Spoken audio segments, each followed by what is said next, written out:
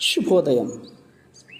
Global బెతేనియా Calvary ministry తరపున కాల సమయంలో మరొకసారి మీ అందరితో ఈ రీతిగా కలుసుకోవడానికి దేవుడిచ్చిన మహా గొప్ప దినాన్ని బట్టి నేను దేవునికి స్తోత్రాలు అర్పించుకుంటూ ఉంటున్నాను.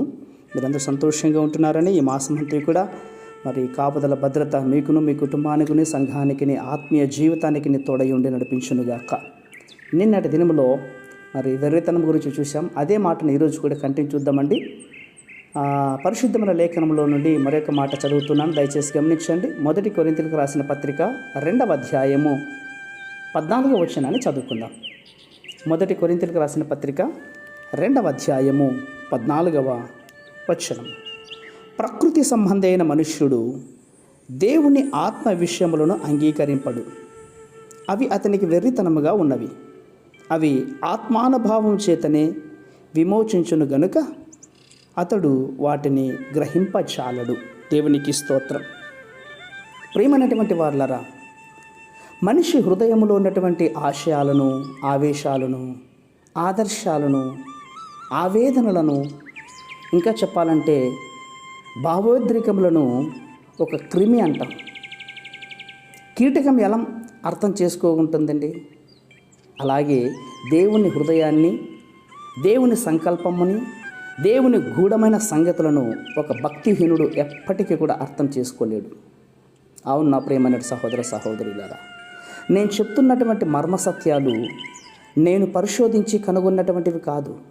దేవుని సన్నిధిలో మోకరించి, ప్రార్థించి, ఉపవాసం ఉండి నాకు వెర్రతనగా కనబడే దైవ కార్యములను నా జ్ఞానం కంటే అధికమైన జ్ఞానం గలవి అని దేవుని యొక్క సమూహంలో హృదయపూర్వకంగా ఒప్పుకున్నప్పుడు, నేను సమర్పించుకున్నటువంటి ఆరాధనను బట్టి అందించిన ఆ దేవుడు నాకు బయలుపరిచినటువంటి సంగతులనే మీకు చెప్తూ ఉంటున్నాను. ఇవి నిజమైనటువంటి దైవ బిడ్డలకు, ఆరాధించే వాళ్ళకు మాత్రమే అర్థమవుతాయి. కాబట్టి ఈ నా మాటలు అర్థం చేసుకోవడానికి ప్రయత్నం చేయండి. ఒక్క నిమిషం మోకరించి దేవునితో మాట్లాడండి. దేవా, ఈ మాటలను బట్టి నా హృదయంలో కూడా ఒక ఆలోచన పుట్టించు, నా జ్ఞానానికి మించినటువంటి మీ ఉద్దేశములు నాతో బయలుపరచు దేవా అని మాట్లాడి ప్రార్థన చేయండి.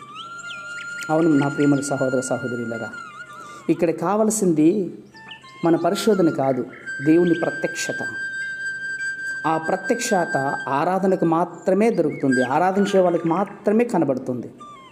ఆరాధించడం చేతనే కానీ పరిశోధనల చేత ఈ కార్యాలను మనము తెలుసుకోలేము.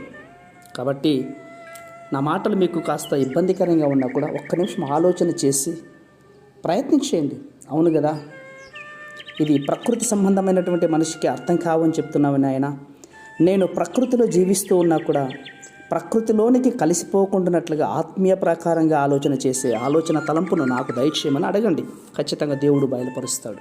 పరిశుద్ధమైన మా ప్రియ పరలోకపు తండ్రి, ఈ మాటలు వింటున్న బిడ్డలందరూ కూడా ఈ లోకంలో ప్రకృతి సంబంధమైన మనుషులుగా కాకుండా ఆత్మీయ సంబంధమైన మాటలు వెతికి నిన్ను గ్రహించి పొందుకునే గొప్ప ధన్యత మీరు అనుగ్రహిస్తున్నందుకే స్తోత్రాలు అర్పించుకుంటూ చిన్న ప్రార్థనను మా రక్షకుడైన యేసయ్య నామమున అడిగి వేడుకొని పొందుచున్నాం మా తండ్రి. ఆమేన్, ఆమేన్, ఆమేన్.